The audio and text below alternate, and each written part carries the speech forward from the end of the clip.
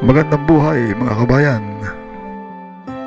Mula sa Lipa City, dumako naman ako rito sa Ibaan, Batangas, ang Archdiocesan Shrine and Parish of St. James the Greater, rito po sa Ibaan, Batangas. Ayon sa history nila, noong taong 1784 nagtayo ng kapilya sa lugar na tinatawag ngayong Barangay Matala.